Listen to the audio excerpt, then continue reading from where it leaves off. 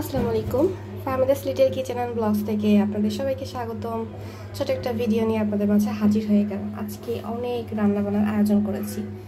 Beef ভিজিয়েছি এখানে, এরপর হচ্ছে মাছ কেটে নিয়েছি, ইলিশ মাছ, তারপর হচ্ছে চর্বি ক্লিন করে নিয়েছি, আলু রেখেছি, মরিচ পেঁয়াজ রেখেছি, বেগুন নিয়েছি। তো এত আয়োজন কী জন্য একটু বলি। আমার বাসায় আজকে হচ্ছে আব্বু আম্মু আসবে, মানে হচ্ছে আমার শ্বশুর শাশুড়ি আসবে, আর আসবে হচ্ছে ননদের জামাই, আর আমরা তো আছি। তো কিভাবে ঝটপট রান্নাগুলো করি এক একটা করে শেয়ার করি আপনাদের মাঝে, আপনারা দেখতে থাকেন। তো প্রথমেই হচ্ছে একদম ঘুম থেকে উঠে এগুলো ভিজিয়ে নিয়েছি। ঝটপট কিছু করার আইডিয়া হচ্ছে সকাল সকাল যদি এগুলো ভিজিয়ে ক্লিন করে নেওয়া যায়, কেটে বেটে নেওয়া যায়, তাহলে রান্না খুব ইজি হয়। তো প্রথমে হচ্ছে বিফটা রান্না চড়িয়ে দিব। বিফ রান্না করতে করতে আর সব কিছু রেডি করে নিব, তো দ্রুত হয়ে যাবে রান্নাটা। তো চলেন বিফটা হচ্ছে প্রথমে রান্না করে নিই। বিফটাকে আমি হাতে মাখিয়ে রান্না করব, এক এক করে মশলা দিয়ে দিব, যেটা সবসময় রেগুলার দেই আর কি। আর আপনারা তো জানেন যে আমি বিফে কী মশলা ব্যবহার করি, নতুন করে আর কি বলবো।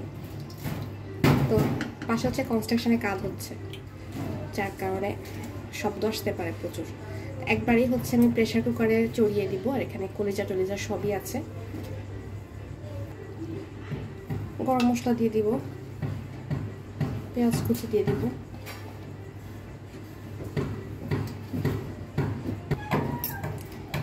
আদা রসুন বাটা দিয়ে দিব,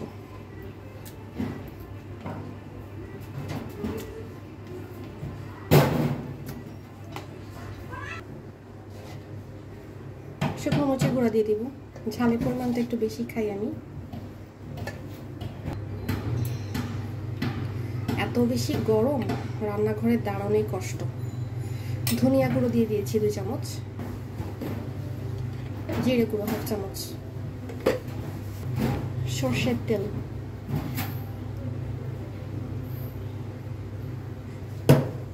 আস্ত জিরা,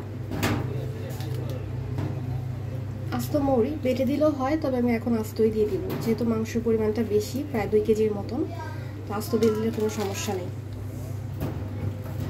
লং, ব্যাস। এখন হাতে মাখিয়ে, ভালো করে হাতে মাখিয়ে তারপর রান্নাটা করে নেব। লবণ দিতে ভুলে গিয়েছিলাম, লবণ আর হলুদ দেইনি, লবণ আর হলুদ অ্যাড করে দেব।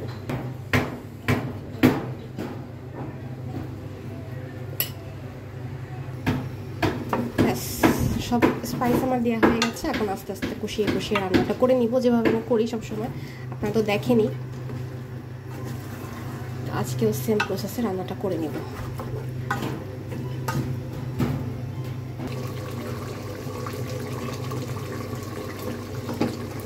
তো মাংস থেকে অলরেডি পানি বেরিয়ে গেছে।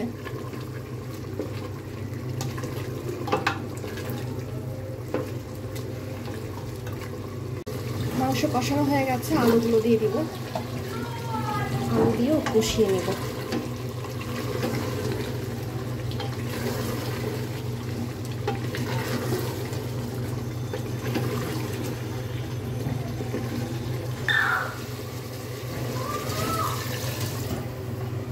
পানি দিয়ে দিব, একবারে হচ্ছে ঝোলের পানিটাও দিয়ে দিব। ব্যাস হয়ে গেছে। এখন সিটি দিয়ে 7-8টা সিটি দিয়ে নামিয়ে নেব। বিসমিল্লাহ। মাংস রান্না ডান। এখন হচ্ছে ঝটপট বেগুনগুলো ভেজে নিব। আর পোলাওর সাথে কিন্তু বেগুন ভাজি অনেক মজা লাগে।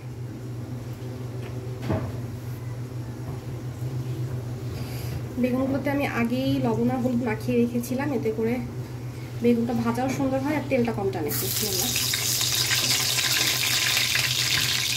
আর অনেকে দেখেছি বেগুনে অল্প তেল দিয়ে ভাজে, আমি এটা কখনোই করি না।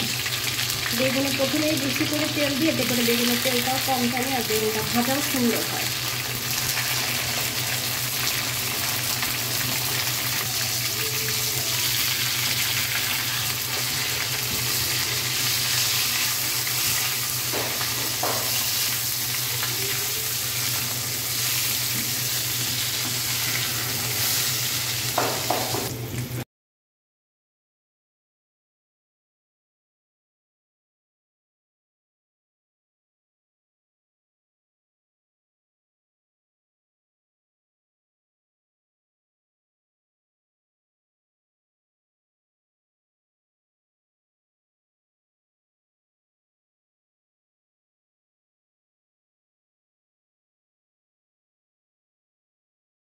মাছগুলো ভাজা হয়ে গেছে, এখন এই তেলেই হচ্ছে গরম গরম ইলিশ মাছগুলো ভেজে নিব।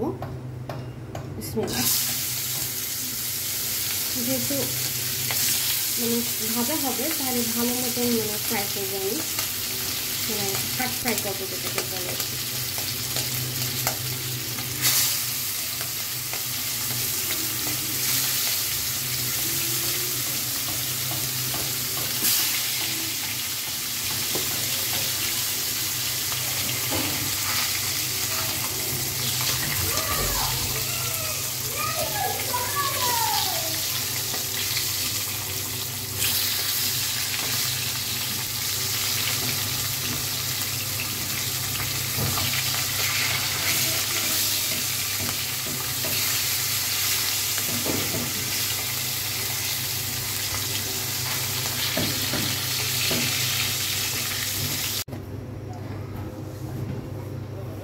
এরপর রান্না করে নিব হচ্ছে চর্বি ডাল। যেহেতু চর্বি ডাল তাই তেলের পরিমাণটা একটু কমিয়ে দিয়েছি।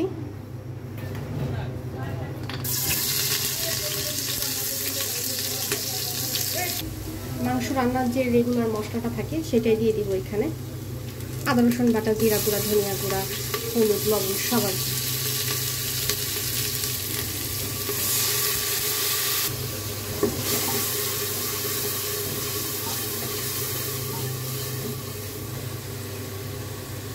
চর্বিগুলো দিয়ে দিব।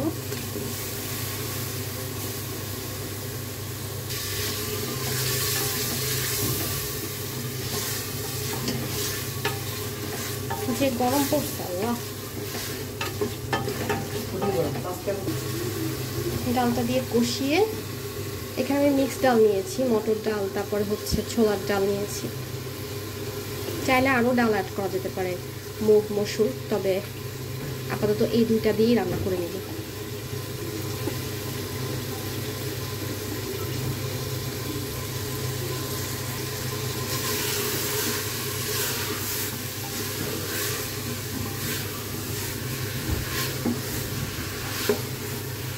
এখন কষানো হয়ে গেলে পানি দিয়ে তারপর রান্না করে নিতে হবে। হয়ে গেছে।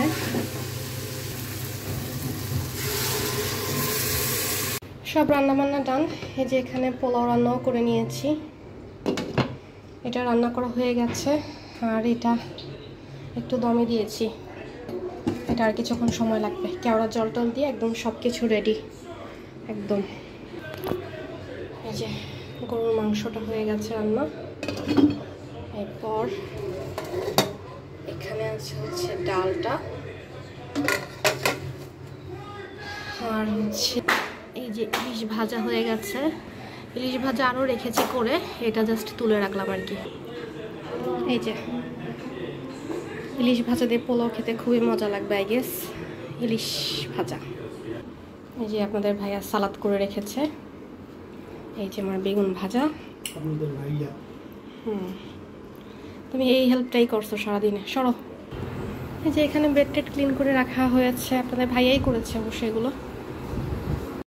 তো এইখানে যেহেতু আমার শ্বশুর শাশুড়ি আসতে দেরি করছিল, ভাবলাম যে ছেলেটাকেও খাইয়ে দিই, কারণ বাচ্চা মানুষ তো ডিস্টার্ব করছিল খাওয়ার জন্য।